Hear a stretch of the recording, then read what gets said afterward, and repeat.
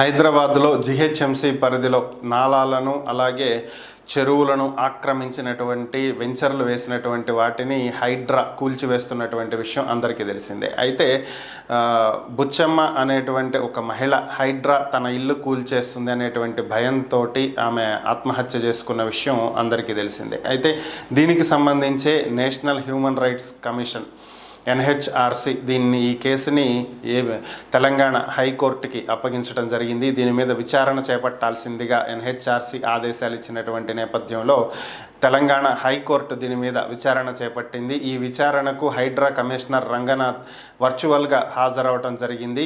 ఈ విచారణలో తెలంగాణ హైకోర్టు కీలకమైనటువంటి అంశాలను ప్రస్తావించడం జరిగింది. అమీన్పూర్లో ఖాళీ చేయాల్సిందిగా 48 గంటల పాటు సమయం ఇవ్వటం జరిగిందని, కానీ 40 గంటల్లోనే కూల్చివేతలకు ఎందుకు వెళ్ళారు అంటూ అమీన్పూర్కి చెందినటువంటి తహసీల్దార్ని ప్రశ్నించడం జరిగింది. అలాగే హైడ్రా అంటే కేవలం కూల్చివేతల కోసమే ఉంది అనేలాగా వ్యవహరిస్తుందని, ఇది మా అభిప్రాయం కాదని, హైదరాబాద్ ప్రజల అభిప్రాయమని, అసలు ఎఫ్టీఎల్ ఎలా మీరు నిర్ణయిస్తున్నారు అంటూ ప్రశ్నించడం జరిగింది. ఎఫ్టీఎల్ పరిధి అన్ని చెరువులకు నిర్ణయించిన తరువాతే చర్యలు తీసుకుంటున్నారా?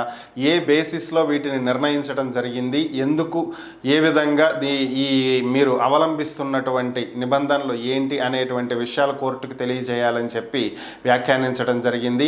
టైం ఇచ్చిన తర్వాత టైం పూర్తయ్యే వరకు వెయిట్ చేయాలని, అలాగే నిబంధనలు పాటించాలని, ఇవేవీ లేకుండా కేవలం ప్రజల భవనాలు కూల్చటమే ధ్యేయంగా హైడ్రా పనిచేస్తుంది అనేటువంటి అభిప్రాయాన్ని ప్రజల్లో కలగజేస్తున్నారంటూ హైకోర్టు సీరియస్ అవ్వటం జరిగింది.